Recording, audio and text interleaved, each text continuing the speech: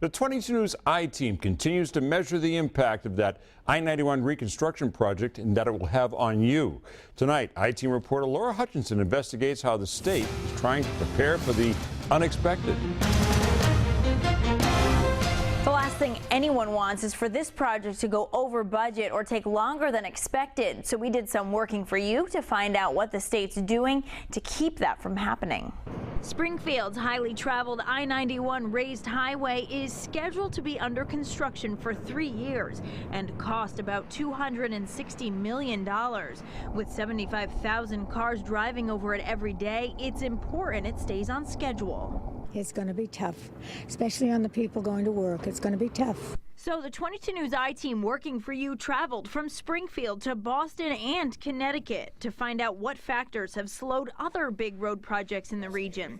In Boston, we talked to Neil Boudreau, the project's traffic and safety director, who admits sometimes the unexpected happens. Anytime you start getting into the structural, taking the deck off and stuff like that, look at the structural, it usually comes down to unexpected repairs. Boudreau says they've already had crews by the viaduct to check out the steel and the structure where they can to get ahead of the project, but he says there are some parts of the highway they simply can't check until it's time to get started. And Connecticut Department of Transportation spokesman Kevin Nursick had good news and bad news when it came to the cost of the project. The good news is, in this economy, bids on the project are competitive. These days, projects tend to be coming in under budget. It's a competitive bidding market out there now. The bad news we found out is the cost of everything is going up, and that includes building materials. The price of steel might change from one month to the next, or in unforeseen circumstance, which is no fault of the contractor, could add to the cost of a project. But you basically build those things into the project to a reasonable level. 20%, 25% potential contingencies on a mega project. When we asked Boudreau about cost inflation, he said they've already over budgeted for it. We always carry an extra allowance in case something that we didn't foresee happens.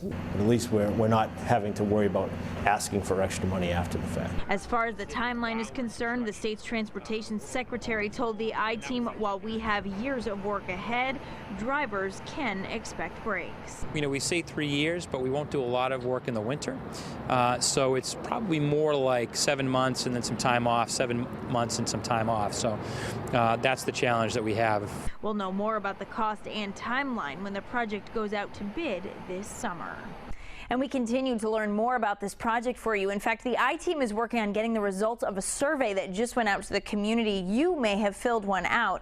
We'll have the results in our investigation on Monday. I'm Laura Hutchinson working for you with the 22 News I-Team.